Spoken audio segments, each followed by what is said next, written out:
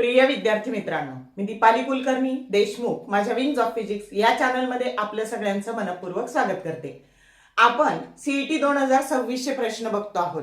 तर थर्मोडायनेमिक्स या चॅप्टरवर आलेला प्रश्न आपण बघू। आता व्हिडिओ खूप छोटे छोटे होतात, एक एक प्रश्नाचे, म्हणजे छोटे प्रश्न आहेत, आपण एक किंवा दोन प्रश्न बघू चॅप्टर वाईज। तर 6 आणि 7 नंबरचा प्रश्न क्रमाने आपण बघतो आहोत।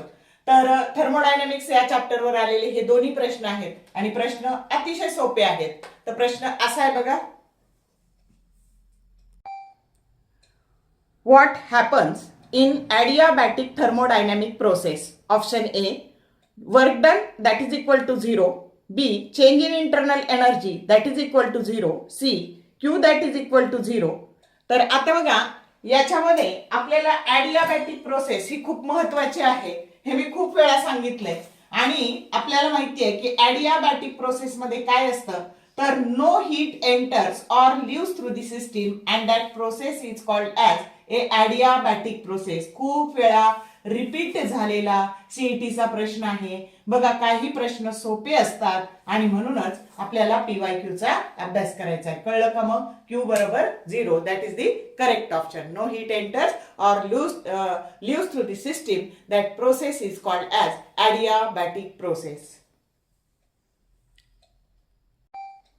आता हा प्रश्न बघा, internal energy into bracket gamma that is equal to Cp by Cv bracket over of an ideal gas at pressure P and volume V is option A, PV divided by gamma minus 1, option B, V divided by P into bracket gamma minus 1 bracket over, option C, P divided by V into bracket gamma minus 1 bracket over, and D, PV divided by gamma minus 1।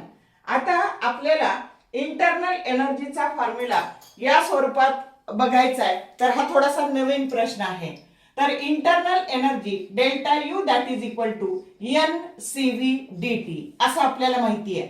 मग CV बरोबर काय असतं, तर R divided by gamma minus 1, आणि मग ही value जर आपण इथे टाकली, delta U that is equal to N into bracket R divided by gamma minus 1 into dt, आणि मग आता एनआर पीव्ही बरोबर एनआर डेल्टा टी, आणि म्हणून PV divided by gamma minus 1 हा इंटरनल एनर्जीचा एक नवीन फॉर्म्युला आपल्याला मिळाला, आणि हा करेक्ट ऑप्शन काय आहे, डी आहे। समजलं का? तर बघा, तर असे आपण बरोबर सीईटी चे प्रश्न पाहतो आहोत 2026 चे, जेणेकरून तुम्हाला येणाऱ्या शिफ्ट साठी किंवा पुढचा जो सेकंड अटेम्प्ट होणार आहे त्याच्यासाठी या सगळ्याचा उपयोग होणार आहे। तर व्हिडिओ आवडत असतील लाईक करा, शेअर करा, कमेंट करा। All the best for your study and thank you for watching this whole video.